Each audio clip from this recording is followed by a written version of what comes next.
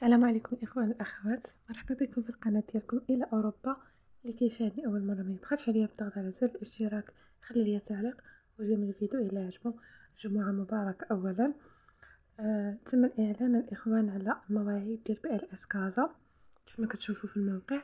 vous informons que le 16 أكتوبر مع الربعة les rendez-vous pour le visa Schengen ainsi que le visa national pour Casablanca seront disponibles sur notre site internet.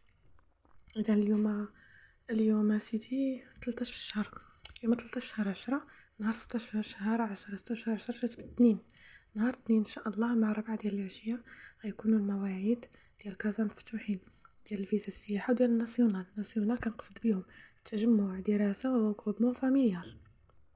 صافي الإخوان، بصراحة والله أنا ما عرفت علاش كازا تيحلوا التجمع، كيحلوا فيزا ناسيونال، المواعيد ديال فيزا ناسيونال مع في نفس النهار مع المواعيد ديال فيزا شينغن.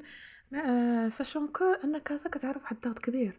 حبذا لو داروا كل نوع ديال الفيزا نهار خاص به، يعني حبذا ما كرهناش باش الناس ديال كازا يتنفسوا شويه ويقدروا ياخذوا المواعيد.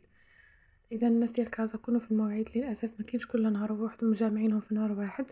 الناس ديال كازا كونوا في الموعد نهار الاثنين مع 4 ديال العشيه، حطوا حداكم جميع المسائل اللي غتحتاجوا. وكنصحكم انه الكونيكسيون تكون مجهده، كونيكسيون تكون عندك طياره بحال الا جالس في لانازا باش تقدر تخطف هذاك الموعد.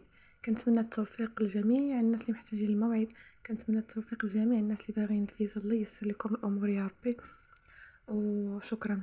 الله يعاون الاخوان.